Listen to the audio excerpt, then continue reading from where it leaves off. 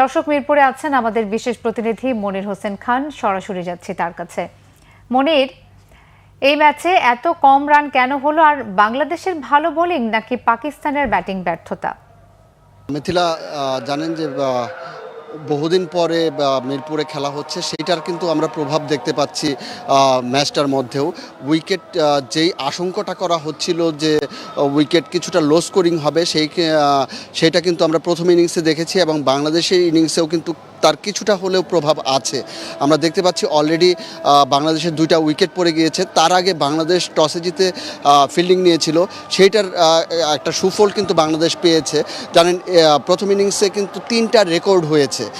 পাকিস্তান বাংলাদেশের বিপক্ষে এর আগে কখনো এত কম রানে 110 রানে অল আউট হয়নি। এটা একটা পাকিস্তানের সর্বনিম্ন স্কোর বাংলাদেশের বিপক্ষে। এবং এই ইনিংসে বাংলাদেশ 3টি রান আউট করেছে, যেটা বাংলাদেশ টি-20 ক্রিকেটে কখনো করেনি এর আগে। টি-20 ক্রিকেটে বাংলাদেশের ফিল্ডাররা 3টি রান আউট করেছে এর আগে, এটাই প্রথম। এবং আরেকটি রেকর্ড হয়েছে, যেটা হচ্ছে মুস্তাফিজ মাত্র 6 রান দিয়েছে তার স্পেলে, 4 ওভারের স্পেলে মাত্র 6 রান দিয়েছে।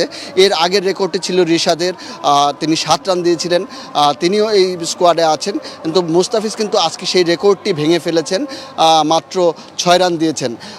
যে কারণে আমরা দেখতে পাচ্ছি যে পাকিস্তানকে মাত্র 110 রানে অল আউট করা গিয়েছে। টার্গেটটা খুবই কম, যদিও বাংলাদেশের 2টি উইকেট পড়ে গিয়েছে।